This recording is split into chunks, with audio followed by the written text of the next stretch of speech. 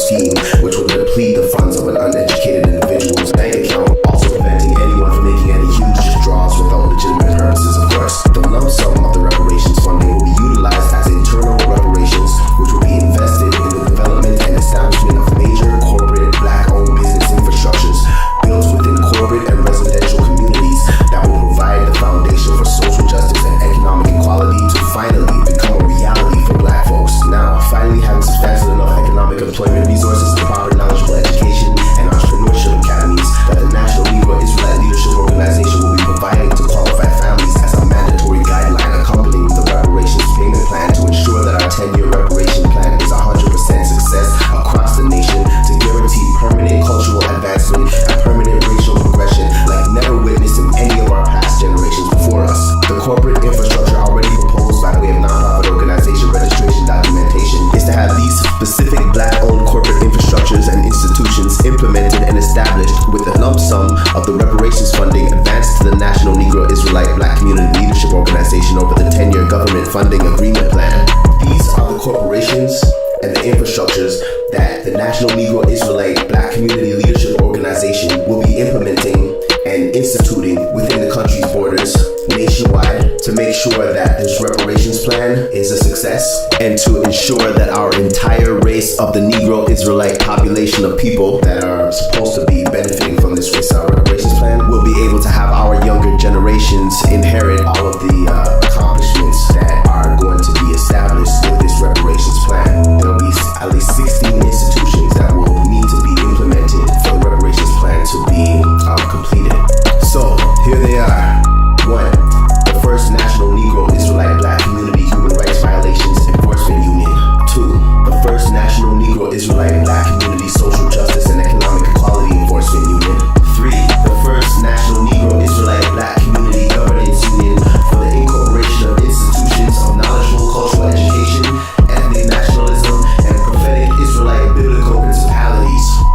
4 would be the first International Negro Israelite Black Community Independent Currency Development Banking Establishment Union, meaning that we will not only have our own banking establishment so that we can distribute funds to develop new corporations for business owners and entrepreneurs that come together and want to build nationally established corporations, but we'd also at the same time be able to develop our own gold currency, which would be a standard for our banking establishment, so that if the Canadian or the US currencies become devalued at any time, or if the market crashes and the currencies become unstable, that we would still have our gold currency there in place to solidify our financial stability internationally. Additionally, we're going to need the first National Negro Israelite Black Community Corporate Business Districts Development Union. We're going to need the first National Negro Israelite Black Community Condominium Complex Housing Development Union. We're going to need the first National Negro Israelite Black Community Health and Mental Health Improvement Foundation. We're going to need the first National Negro Israelite Black Community Economic Advancement Union. We're going to need the first National Department of Reparations for African Canadian Negro Israelite Black Community Slavery Descendants Leadership Union.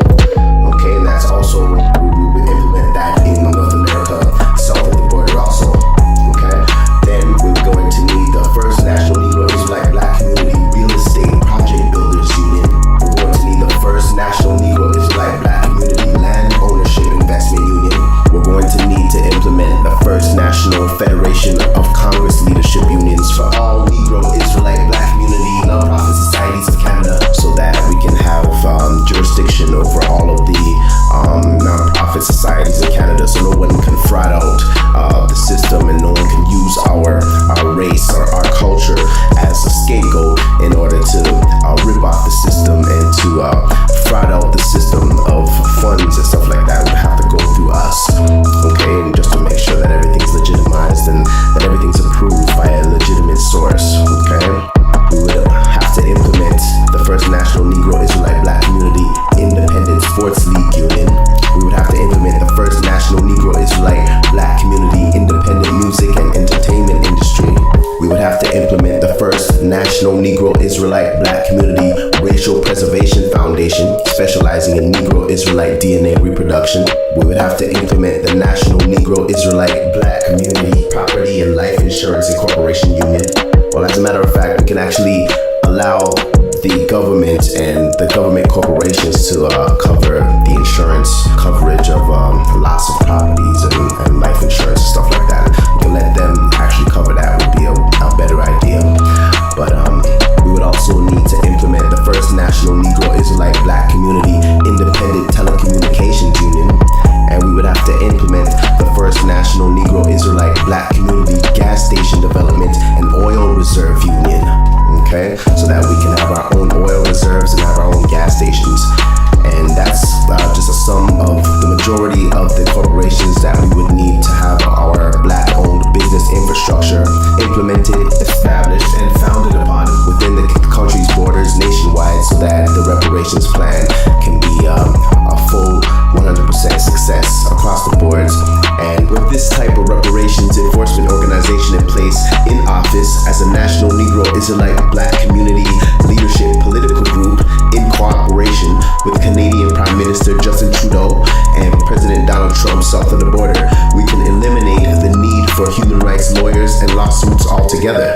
Now, regarding distribution of the funds, the only way that any individuals would be able to receive their full monthly funding released at once is if up to 10 individuals come together to form a corporation that's approved by the National Negro Israelite Leadership Organization. And if those 10 individuals wish to receive their full month's funding, which would be $4,000 a month each times 10, which would be $40,000 a month, they would be able to take that money and actually establish a corporation. So that would be their business startup.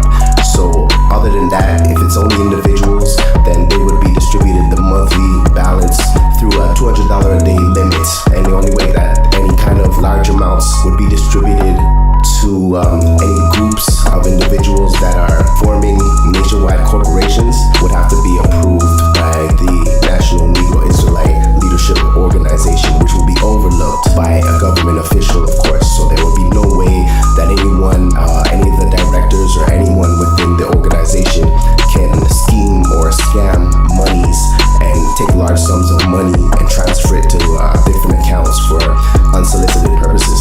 That wouldn't be happening. It wouldn't be a possibility. Okay, so everything's in place so that this reparations plan would be 100% legitimate and a success around the boards. Now, let's not just assume that this is going to be such an easy task. This may be a very difficult task, and it may be a very complicated situation. So let me just rephrase this information in layman's terms for everybody to understand more clearly once again.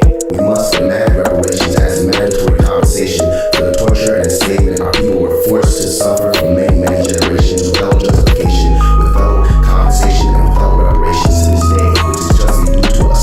Reparations for African North American born Black Israelite slavery descendants is a must, either by way of class action human rights lawsuits or by proposing our reparations plan directly to the President Donald Trump. We must overcome this particular injustice being inflicted upon our people. Not only that, our people, we must also build our own corporate infrastructure and Black business networks and our own financial systems independent of government banking, so that the majority of the money that we spend stays into building up the Black national community, so that our future generations can inherit the corporate benefits.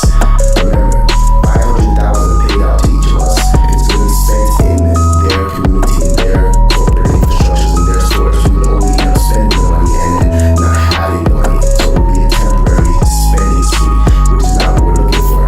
Okay, that's not what we need. What we need to do is we need our own corporate infrastructure, our own market of businesses, Black-owned real estate companies selling Black-owned properties, Black-owned car manufacturing, car sale companies, Black-owned hotel chains, Black-owned fast food restaurant chains, Black-owned corner stores, Black-owned airlines, Black-owned law firms, Black-owned schools, Black-owned colleges, universities, Black-owned medical centers, hospitals, Black-owned electricity and power suppliers, Black-owned internet and cable telecommunications corporations, Black-owned entertainment and movie production distribution companies, Black-owned gas station and oil companies, Black-owned diamond and gold mine investments, Black-owned condominium and apartment complexes, Black-owned music publishing, distribution and promotion corporations, Black-owned construction companies, Black-owned malls,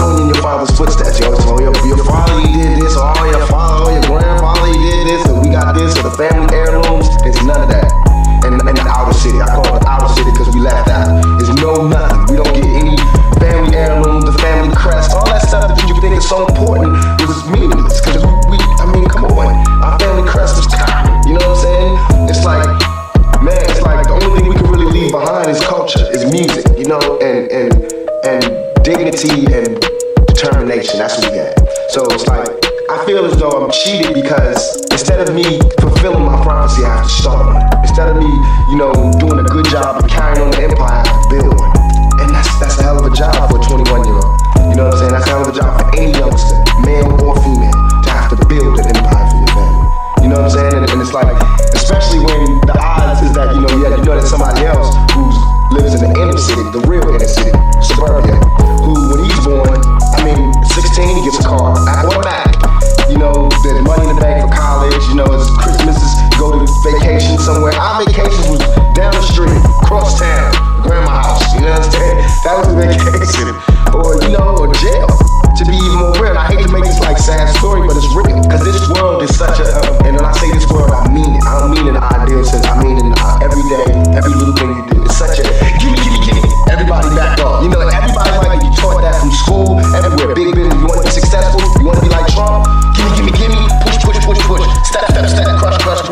That's how it all is, and it's like, nobody ever stopped. Just, you know, I feel like, instead of us just being like, slavery's bad, bad whitey.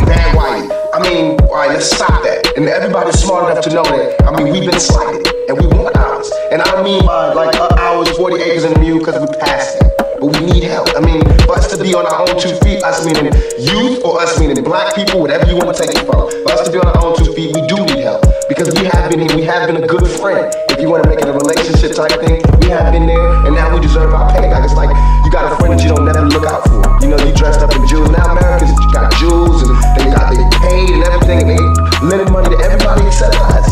And it's like, you know, everybody need a little help on their way to being, you know, self-reliant. If this is truly a melting pot in the country where we care about it, and Lady Liberty got a hand like this, she really loves us, then we really need to be like that. And it needs to be the black kids, and if there's a white person who got money, then he need to help. He need to help black kids, Mexican kids, Korean kids, whatever. But it needs to be real, and it needs to be before we all die, and then you say, oh, I made a mistake. We should have gave them some money. We really should have helped these folks. It's gonna be too late, you know what I'm saying? And then that's when you gotta pay your own karma, and that's when God make you punish, when God punishes you. Because I feel like, you know, it's too much money here. Nobody should be hitting lotto for 36 million, and we got people starving in the streets.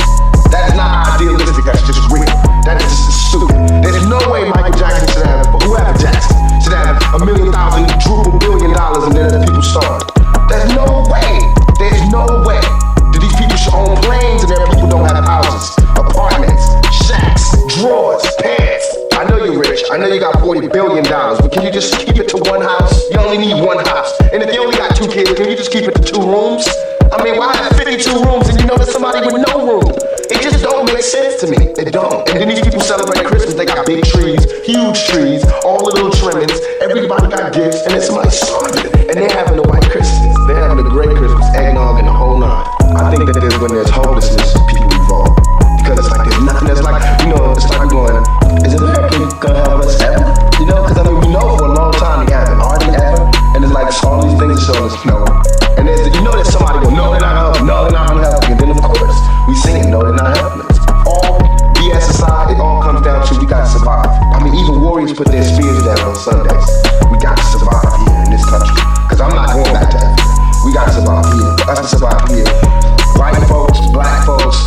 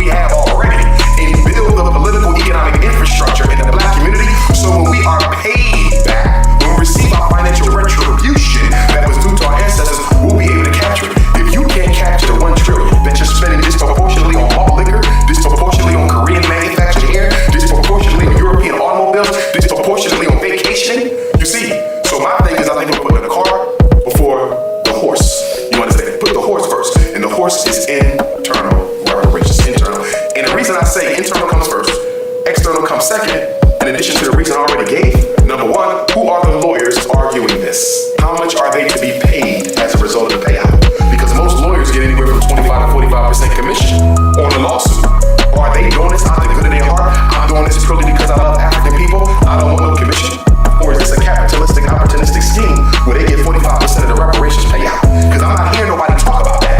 Is this pro bono? And do we have a contract with the attorneys of the reparations movement that say it is pro bono? In other words, you get paid but no more than the next African does. Or is this some type of hustle? Because you got to watch the opportunists amongst us. We have them. Every people has opportunists. You understand? So I'm looking for that. Because some corporations who participated in slavery have already made payouts. Certain NAACP chapters around the country have been paid by banks that was linked to slavery. They settled. In other words, they got bought out. I want to know who's involved because the white man will come along and say, listen, the benefit of slavery to America will never expire. As long as it is in America, it's a benefit to be accrued by the enslavement of our ancestors. So whatever we get for reparations should also be things that can never expire. You understand? Money runs out. The benefit that America receives from slavery can't run out. So whatever we get can't run out. Whether that means that black people are getting exclusive controls over certain railways or waterways, industries, resources, those things can never run out. That's what I want. I want commodities and assets. I want wealth. And I think with a lot of these reparations people, they're thinking about dollar bills. They're not thinking about commodities, wealth, and assets. See, the Obama years, and it's our fault, not Obama's, because we took a time out from political social agitation, we created an atmosphere in America where it's safe to ignore black people because black people voluntarily ignored themselves for 8 years. You know why? Because Barack was that caddy truck. He was a symbol. He was the symbol. He was happy with the symbol. Without substance. And that's our problem. Now remember, right after Trump got elected, it was a women's march. After the Dr. King assassination, America decided on a social policy of never allowing the black agenda to be primary ever again. So whenever a president is elected, they automatically give them a non-black minority issue that will pretty much define their campaign. So with Barack Obama, it was the LGBT. So when he got elected, he went to war for the LGBTs as a way to eclipse our issues. As soon as Donald Trump got elected, you had the women's march. So they're making it, and you have the immigrant situation right after that. So the minority issues during the Trump administration is going to be female issues and immigrant issues. No time for black people. The return of unapologetic white racist power in America was founded on that.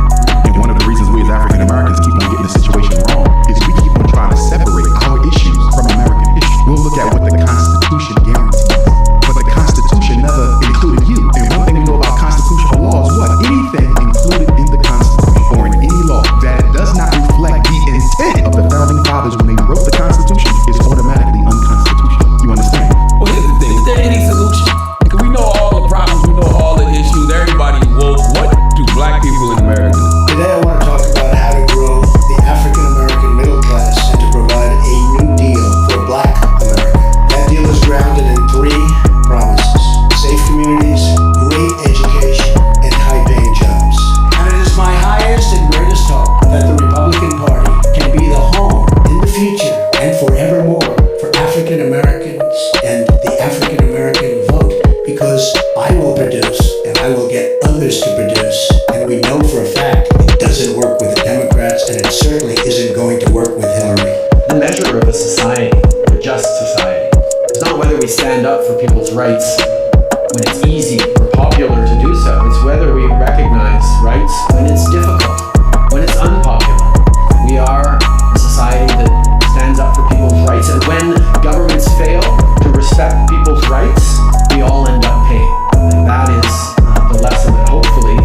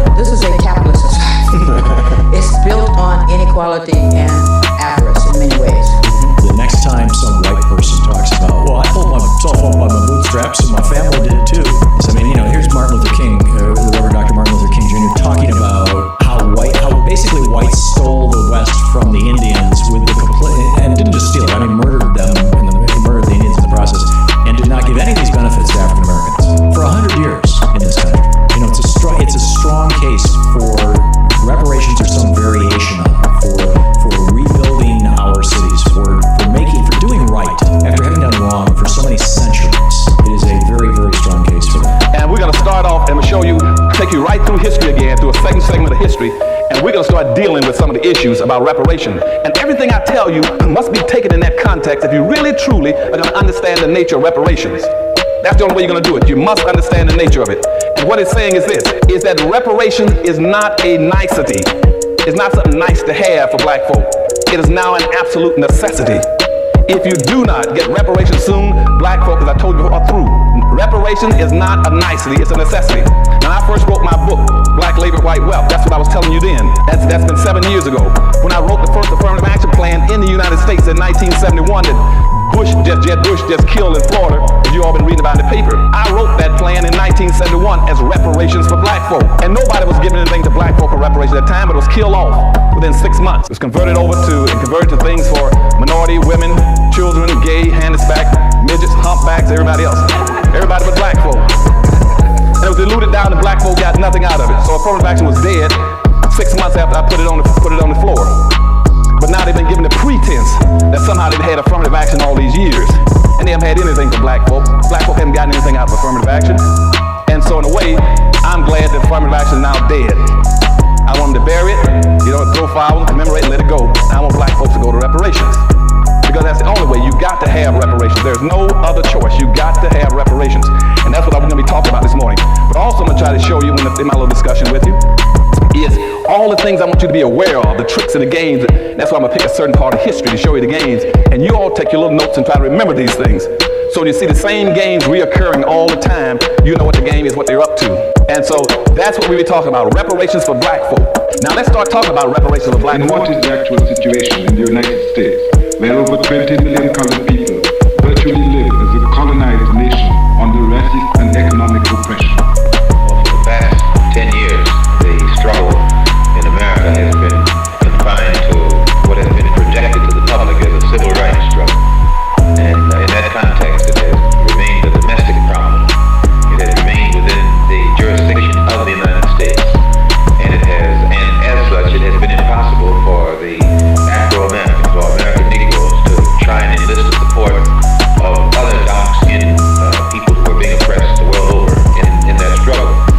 And the difference now in the direction that the struggle is taking from the direction that the struggle has been going in the past, there are many of our people who are thinking more deeply and more broadly and are beginning to see the importance of lifting it out of the national context, or out of the domestic context, or beyond the jurisdiction of the United States government. And the only way this can be done is by internationalizing the problem and putting it at a level where it can be taken into the United Nations.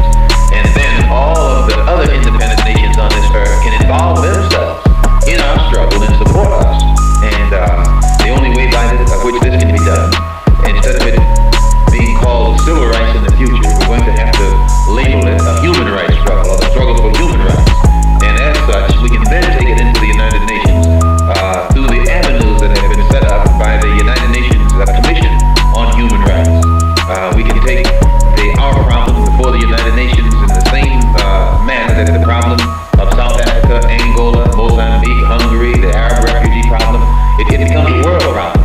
And as a world problem, then the Afro-American, or the so-called Negroes, will results, because it's not left up to the one who's responsible for it anymore, but it's put at a level where the whole can see that our plight is wrong. It stood in our path. I'll authorize the Treasury to start printing money, and I'll authorize the Treasury to put $16.7 trillion of debt on the books, and that money will be paid to black people in America. Now, the black people, there's a high degree of probability they're going to spend that money into the economy, and this will be a huge boost to the American economy. Just think of all the stuff they're going to buy, okay? Everybody's going to profit. And guess where the money's going to go back to? The banks and people who own things. So that it's just a way to lubricate the economy. We lubricate the economy right now by building tanks and nuclear bombs and aircraft carriers that we don't need. We don't. We're going to pay for the sins of the past. All this wealth that the slaves created. I mean, they built America, not the slave masters. They didn't do any work. The slaves did all the work, and we economic slaves still do all the work. Okay, so by abolishing the Federal Reserve, by issuing new debt as a form of reparations to black people getting a check for $400,000 in January 2017, I propose that will absolutely turn around the American 250 years. Freedom's only lasted 150 years, and that freedom has been really, really halting. For at least 100 of those years, you can question how much freedom it actually was. We have 50 years of kind of trying to fix 350 years of really, really immoral wrong. And you think of it that way, I'm not sure how it becomes much of a question. Like, it just seems like common sense. It's pretty clear. If I said, I'm going to spend 350 years mistreating a group of people, and then 50 years haltingly going back and forth, kind of trying to fix it, kind of not, or maybe I'll just, stop doing some of the worst stuff I was doing. Well, what would be your expectation for the socioeconomic indicators for that group of people? It's interesting, you don't really go into sort of what reparations would mean. And one of the things that convinced me is there almost is no way to repair some of this. They're just, you can remake families who broke up 150 years ago, but it has to have some kind of effect. There were actually components of the first Freedmen's Bureau Act as well as the Southern Homestead Act that had similar kinds of provisions for land redistribution to the ex-slaves, but those were never carried out. Now, why was President Andrew Johnson so fiercely opposed to giving the land to the freed slaves? Well, although he was a unionist, he was rabidly anti-black and had a hostile attitude towards the status of the slaves, and so the ex-slaves, and so as a consequence, he was opposed to any kind of significant redistribution of land that would have given them a great stake in American society that they did not have at that point. If reparations had been fulfilled at that time, do you think we'd be talking about this today? How might things have been different? Well, had that initial land allocation been made, it would have affected the long-term wealth distribution in this society by race quite substantially, and possibly we would not have to ask about the question of reparations today. Now, this debate in varying degrees of intensity has been ongoing since 1865. So we're talking some 142 years later, people are still debating. It's not just a question of reparations for slavery, but it's also reparations for Jim Crow, as well as ongoing discrimination in American society. Now, you say there are three objectives to your program for reparations for slavery. The first is acknowledgement, the second is redress, and the third is closure. In a nutshell, what do you mean by each of those? Acknowledgement is recognition that a major or grievous social injustice was done. Redress means about how we can construct a situation where the opportunity structure for African Americans is at least equivalent to that of non-blacks in the society. And then closure means producing a set of circumstances where there is no longer a need for African Americans to make any race-based claims on the society. So by closure, I don't mean that we stop talking about this history, but that we would no longer have a situation where African Americans would come forward demanding or requiring or requesting social programs that are specifically for African Americans. You mentioned, again just now, land set aside for your people, sir. What land is available that's not already possessed by others? When you came to this country, the land was inhabited by the Indians, and you didn't have any problem then.